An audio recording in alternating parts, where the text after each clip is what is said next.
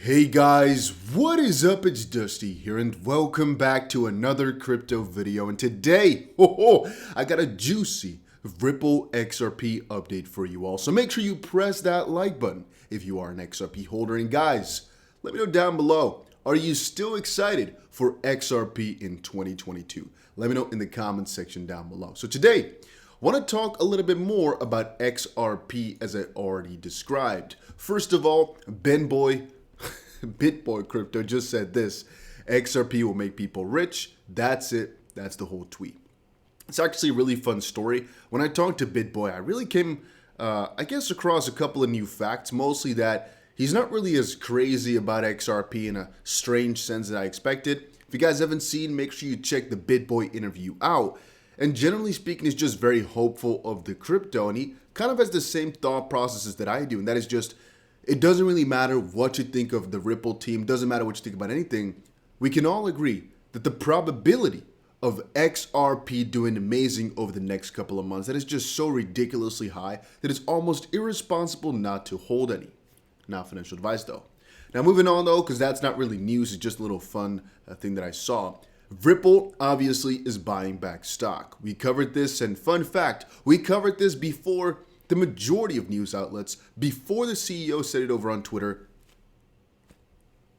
and before the majority of, I guess, others could have seen it. By the way, if you're wondering why I did this, I'm trying to check if my ventilator, or whatever you call it, air conditioner, is actually too loud, and I can just walk and turn it off, but I'm like, you know what?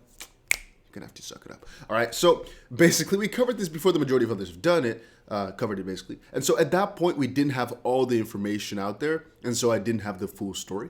But apparently, Ripple announced a $200 million share back and expresses optimism for 2022. This last part is something that we speculated, but that I still see quite a lot of people wondering about. So what does the stock buyback mean, and how do they work, and all that stuff? Well, we covered, and this is actually pretty funny, right? During my video, which came out as soon as we heard the rumor, at that point it was not confirmed, I already linked it up to Tetragon because we saw that there was a lawsuit, and I covered this a couple months ago, I think in 2021 somewhere. We saw that there was a lawsuit between Tetragon and Ripple, and Tetragon is basically the leader of the Series C round that invested into Ripple, and they basically sued because Ripple got sued by the SEC, and they said, hey, we want you to buy back our shares because, well, we think that XRP is now a security, so we want you to pay us back because otherwise we're going to lose money. That's kind of what it is. Now, Ripple, of course, said, they said they did not like that. And they said it's not fair because at this point, XRP is no more a security than before. It's just an allegation. And the court, of course, came on Ripple's side and said, yeah, it makes no sense. However, right now it comes out, Ripple's trying to buy back a freaking huge amount of shares. And at this point, it's now said that it's actually $200 million. Before, it was just said that they're buying back stock at the $15 billion valuation, which is still 50% up from that Series C back in 2019. But apparently, the company has repurchased all Series C shares originally issued to Tetragon Financial Group, SBI Holdings, and Route 66 Ventures in December 2019. And this was my speculation, but there's a strange side to it. And that is that most startups don't do this because they have liquidity problems. What I mean with that is, let's say explain this. Let's say you have a company, right? You want to have as much money to spend as possible for growth, specifically before going public. And as of this point, what most likely happened is that Ripple had enough funding. They did a Series C, maybe trivially, or who knows, maybe for strategic purposes for SBI to get in, who knows. But after a little while, they noticed, hey, we don't really need your money. We'd rather have the majority of the stock back so we can actually get more money out of this when we IPO, or we want to make more decisions for ourselves. We want to have more power in this. And so we think paying the 50% premium is actually worth it. There's a couple of theories which go right there. And the only way in which this can work, guys, is if Ripple is extremely certain about either being very incompetent or very competent, meaning either they think they're going to do really bad and they don't want to mess up the relationship with their clients, basically their stockholders, because they're going to make some crazy decisions, and these shareholders do not have enough power to go against it. Very small probability, right? The bigger probability is that the shareholders did not get forced into anything. No, I guess there's one more negative option, which is that the shareholders here and Ripple, they did not come across one line. They did not like each other, and so they wanted out in some way, shape, or form. And Ripple said, okay, you know what? I'll pay you a 50% premium. No worries. It's also a possibility. But the highest probability is that Ripple is right now buying it back because they're either planning for an IPO, so to go public, or it's also possible they're just so excited about the near future for the company that they would rather have as much stock as possible and just pay the premium than use every single dollar to the best of its use, basically. Because once more, they're actually paying a lot of the money, a lot of the funding that they critically need to grow, you would think. Then again, Ripple's already been operating for such a long while. They're not really considered a startup, in my opinion, anymore, in the sense that right now they should be liquid enough to get the ball rolling, right? They're not operating at a loss, I hope, for the longest time. Now, Ripple CEO won't apologize for taking on the SEC. You got to remember, guys, that despite the crazy headwinds with the SEC and frankly losing some customers because of the lawsuit, we grew very quickly. And we feel like we're starting 2022 in a great position of strength, Garlinghouse told Protocol. The company is embroiled in a lawsuit, which we of course know is about $1.3 billion worth, but why? A lot has changed in the crypto world in the last 2 years since we did this funding round. Overall asset values have grown from about 200 billion to about 8 times that today. Ripple's business has materially grown. So despite these crazy headwinds with the SEC and frankly losing some customers because of the lawsuit, we grew very quickly and we feel like we're starting 2022 in a great position of strength. We have over $500 million of cash on the balance sheet today. We're super excited about where things are going. We had this opportunity to repurchase shares at 15 billion valuation. We obviously thought it was a good use of capital for all shareholders. So you're still in a battle with the SEC. How do you see the regulatory challenges unfolding this year? Well, we talked about this before. If you step back at 100,000 feet, the regulatory climate globally has actually trended extremely positive over the last 5 years. And you see that the trend line for most major markets recognizes that digital assets can and will play a role in future financial systems. And that's to the benefit of customers or consumers, the benefit of businesses, and the benefit of governments. If you look at a very high level, countries like UK, Japan, and whatnot have all provided a very constructive framework. Yet there's regulatory oversight, but they're actually encouraging that innovation. Your question, I think, is more about what's going on here in the US. I think it's certainly disappointing and frustrating as a US company to find ourselves where we are. And actually, one speculatory piece that we've seen the last couple of days is that Ripple is doing all this to move out. And I'm not exactly sure if they would actually say that out loud before doing it. Then again, we have seen them open a company in Ireland. We know they have some bigger quarters in Dubai, I think, and some in India. All of those, I think, would work out better than where they are now. I guess India would also be kind of saddening because they're so strange on crypto, but I think Dubai would be their first step, right? Specifically because Binance is also setting it up there. The SEC continues, in my judgment, to drag its feet. It just feels there is a certain hypocrisy since the SEC is continuing to know that justice delayed is justice denied, but they are seeking delays all the time. What Ripple seeks is clarity and a level playing field. The US government and the regulators of the United States government should not be picking winners and losers. There's the view you have become much more competitive, especially on Twitter. And what this part is basically going on about is mostly about the fact that Ripple before was like more passive, thinking, well, we got sued, let's defend ourselves. Right now, it's like they waged war on us. We're gonna fight back. I don't want to do any strange gestures. Never mind. All right, I'm taking taking it easy. Never mind. Want to do something crazy? Let's not do that. I want to say Ripple's gonna fight it off. Let's put it like that. You know. Maybe I should actually already. You know what what I'm doing all the time, guys, is I'm just using the same thumbnail over and over. Maybe I should just make him right now like this or so I can actually just grab it out later and make a thumbnail out of it. Maybe that would be smart. I should think about this stuff before I'm done and I stop recording. Having said that, guys, if you're watching this still, make sure you press that like button. I appreciate every single one of you. And I know I'm not going through these videos in the fastest manner possible, but I think that adds a personal element to it as well. You know, it's a thought process. There's multiple ways to see all this stuff. And I think it's more important to get the way of thinking around it rather than just the news itself. But if you guys disagree with that, please let me know in the comment section down below. We might work on that. As again, your feedback really helps. Even if it's negative, please just put it down below. I don't delete anything. I read everything. So make sure you just put it down there if we can make the videos better that way. Same thing for if you want a camera gone. If there's more votes for that, we can definitely agree on something in that sense. There's the view you've become much more competitive. I actually think that's the truth as well, because Ripple right now is really fighting back instead of just sitting there taking it up the behind. The SEC declared war on Ripple. Are we being competitive? I don't know. We're trying to defend ourselves. If you read their initial lawsuit, there's all kind of allegations and whatnot, and well, I can get it. Then the question was, there will likely be speculation that this move of buying back your shares is a step towards IPO. Can you comment? He said that's an astute observation. The U.S. does have the most liquid, the most vibrant, the largest capital market in the world. My hope and expectation is we'll get this case with the SEC behind us in 2022.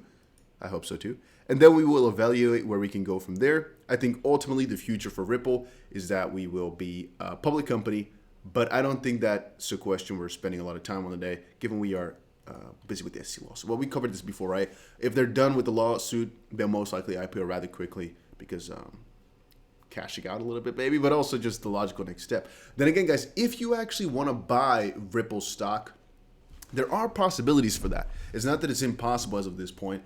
Linkto, I think, is the way you can buy it, right? We've covered that before in detail. One of those points. Yeah, I've never done it myself. I don't think it's really worth it at one point or another as well. But yeah, then again, I'm pretty bullish on Ripple's technology, so maybe I should, right? But I guess if we bought it earlier, it would have been way better because right now, again, it's just 50% up already. Crazy. It's almost like crypto. It's not the same thing, though, guys. Ripple and XRP are really different. Remember that. The question was, what is your biggest worry on the regulatory front? This is, by the way, an interview between Brad Garlinghouse and, I guess, Protocol, right? The news outlet, it feels like. I'm not sure if it's officially that way or they're just fetching things from left and right, to be honest with you. The interview has been edited for brevity and clarity. In an interview with Protocol, Garlinghouse discussed why the share buybacks make sense, the growing worries about another crypto winter, and why the SEC and crypto critics are wrong to portray the industry as the Wild West. Okay, let's move on. What is your biggest regulatory front? I'd say I'm optimistic. Again, if you step back over the last 5 years, 6 years, most economies have leaned into crypto in a positive manner.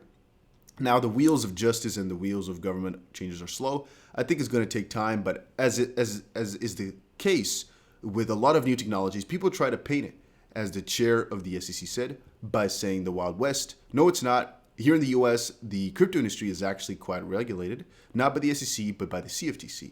So it's kind of like painting a picture of crisis and drama by saying the Wild West, but the facts don't bear that out, okay? There's the view that most crypto companies want the SEC not to be involved or have its role minimized in any kind of new regulatory framework. Is that your view as well? And he says, when you see a regulator going above and beyond and really stretching their mandate that has been given to them by law, it's overreach. It's like a power grab. Ooh. Barrett Garlinghouse calling the SEC's actions a power grab. Ooh. All right. Story still remains the same, though. I guess our speculations are only now more confirmed, I guess. But our thought process was really right in the right direction. And again, guys, I keep laughing at the fact that we cover this stuff so quickly sometimes. It's really strange to me how we sometimes get the news before the general internet gets it. It's crazy. Breaking: Ripple's repurchase of its private shares has some crypto investors feeling bullish about the company's ability to prevail in the SEC case, and then IPO possibly this year. Others worry it's a move to limit liability in case of a loss. There's some valid point in that, by the way. XP Crypto says Ripple has $1 billion war chest, so the fact they repurchased Series C shares shows me they're very confident in winning or sending the XRP lawsuit along with how valuable those shares will be once they IPO. All right, and Eleanor Tourette said one of Ripple's shareholders, Tetragon, unsuccessfully sued Ripple to retrieve its 175 million Series C investment after learning of the SEC lawsuit. Ripple just bought back its original investment, and they tell me Tetragon is still an investor in the company along with SBI Group, which makes me question exactly whether or not the facts we just got here are completely interpreted correctly. That we got here, I mean. Because I'm not exactly sure what shares they're buying back and exactly how that works. That's actually a strange one, you know? Even with 2021 headwinds, it was our best year on the record, he stated, revealing that the company has $1 billion bank balance and makes it the strongest we've ever been, which is also contradictory, no? I thought he said $500 million. Oh, I guess $500 million in, bank reserves and cash. I guess it's on the same page, you know? Not exactly sure where he said $500 million, somewhere in this little story, but I kind of forgot where exactly it was. I think it was here. Oh, we have over $1 billion in cash on the balance sheet. Okay. No, okay, so they did say billion. Huh. Yeah, I guess. It just depends on your own perspective. I guess it's only positive stuff. I cannot really think of anything negative and how to fetch this in a negative way, guys. I've been trying to think about it. Brad Garlinghouse predicts that will go public. We talked about this before. Not anything new. Al Fardan Exchange LLC brings its customers to convenience, safety, and security of real-time cross-border payments through a new partnership with Ripple. Some nice stuff, and we covered, I guess, parts of this before. It's not really that strange of an announcement, nothing too groundbreaking or too crazy. It's just a nice little Ripple announcement for whether or not you cared. I think they will use RippleNet Cloud. Al Fardan Exchange, one of the UAE's leading financial service providers, has today announced a partnership with Ripple, the leading provider of yada yada yada. We know it, but I think they'll use RippleNet Cloud as of this point. Are they going to use XRP? We'll have to wait and see. As of this point, nothing of that sort has been announced just quite yet, so we have to wait. It just says RippleNet Cloud and allow AI Fardan or Al Fardan customers to remit money internationally in real time at any time of the day. So we'll have to wait. And last but not least, Kyle said, I'm here, I'm on here somewhere, as I'm sure many of you are aware, whatever. I've stacked, traded, DCA'd into XP since 2018. I bought more today at 62 cents. Admittedly, most of my dollars so far has been made in other alts, but I truly believe that 2022 will be the ultimate payoff. I wonder as well, guys, do you think 2022 is going to be the craziest year for XRP yet? Let me know in the comment section down below. I've really been thinking about that for a long time because we've been waiting for such a long while. Finally, we should be able to face some retribution, no? Yeah. Is 2022 going to be the year? I kind of feel it is. All right, that was it for today's video. Hopefully you all enjoyed it. The Brad Garlinghouse interview. Not our own, unfortunately, but maybe this year. All right? I should get that done. Who should I email for that? I don't even know. How do I get that done? I should just try. What do I have to lose, right? Worst thing, they ignore me. Worst case they get angry and they sue me. Yeah. But worst case, I guess, is they say no. I'm going to try that, guys. I'm going to try and get Brad Garlinghouse on here at one of these points. It's going to be very difficult. Most likely will be in months from now, but I'm going to try and get that done. Why not? Yeah, I'm going to try that. I'm going to try that.